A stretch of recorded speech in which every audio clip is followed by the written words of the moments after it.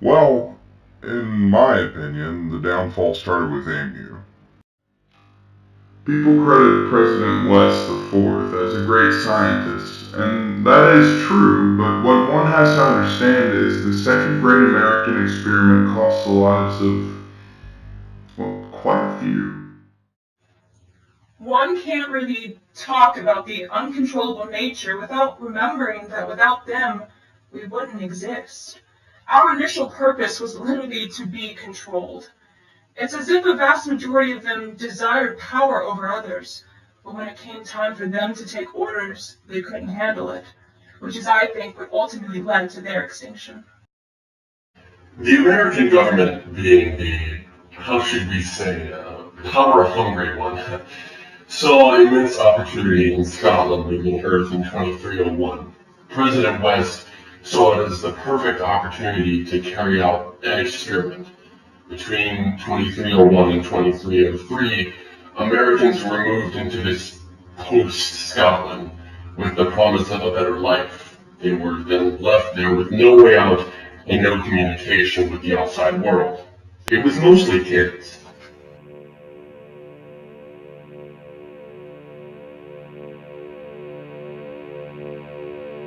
It was terrifying thing to see at first. Giant walls, water supply, but you started to get used to it after a while. Scotland leaving Earth was a very topical thing. Most saw it as disloyal or at the very least incredibly dangerous and brash. But the Scottish mindset was that Earth was going to be destroyed, and that's just the way it was. Masters went for space to do. I am sadly old. Must keep to work until they come home. Until out safely. 7-1-54-736. 2301. It is my belief that the Scots were correct to assume that Earth and humanity were on a downward spiral. One can really hope that they made it to whatever their destination was.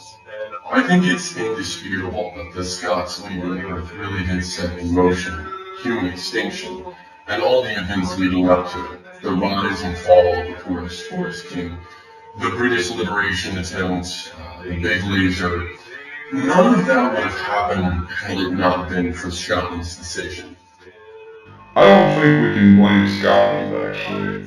I think Jupiter would have found a place for her experiment whether or not they left. Personally, I think it's funny how humans predicted that we would be their end. My masters always were respectful of not watching movies with dated racist views, but I have looked through data and I have seen pictures. I can't think of piece of media where bunch just stood on the sidelines and watched as humans destroyed themselves, but that's what happened. No one quite understood the bot race as thoroughly as the poorest forest king. Some believe the arm was what gave him that understanding, but I see it as the human he had, rather than the bot. A side of humanity history doesn't mention very often. I think it really makes sense that in a state of such chaos, the American minds would choose a leader. But what history would not be able to predict is rather than the richest, most powerful of them stepping up to take that position, it was the simplest, smallest one, who appeared pretty much from nowhere. They deemed him the wisest, for he had grown up not knowing the terror of everyday life in post-Scotland. Woof, woof, bark, bark, woof, woof, bark, bark, bark, woof, bow wow, yip yap, bark, woof, bark, bark, woof, woof, bark, bark, bark, woof, woof, woof, bark, bark, woof, woof, bark. yeah, bellow. Woof woof, bark. The more traditional American side of the humans felt insulted at the notion that someone thought they could simply be in charge of it all, which really wasn't the motivation of the poorest forest king at all. He simply sought to bring people together again in a time of such horror. His plan was to unite the people with music, specifically his magic singing oatmeal. The name of the plan was The Poorest Forest Glorious Course of Porridge. Not all saw this as a good idea. Bark, woof woof, bark. It was basically like a second civil war, what happened in the confines of post-Scotland. It's terrifying to think that such violence came from such innocence. It was total division. Whenever you're ready. Granddad was, well, I should probably start by saying I don't agree with the things he did. There was already enough violence and hate surrounding everything. I never understood why he felt the need to add to it by joining in and helping make more. He was an arms man of the ruthless and senseless kind, and because of this, his family name is the only one of the bot race that participated in the fighting. When the British attempted to liberate the Americans from the hellhole they were in 2328, they were simply pulled into the fight. I think 12 years into their fighting, the Americans simply didn't want to stop and saw the Britons as more targets. No one realized it, but history was practically being recreated in reverse.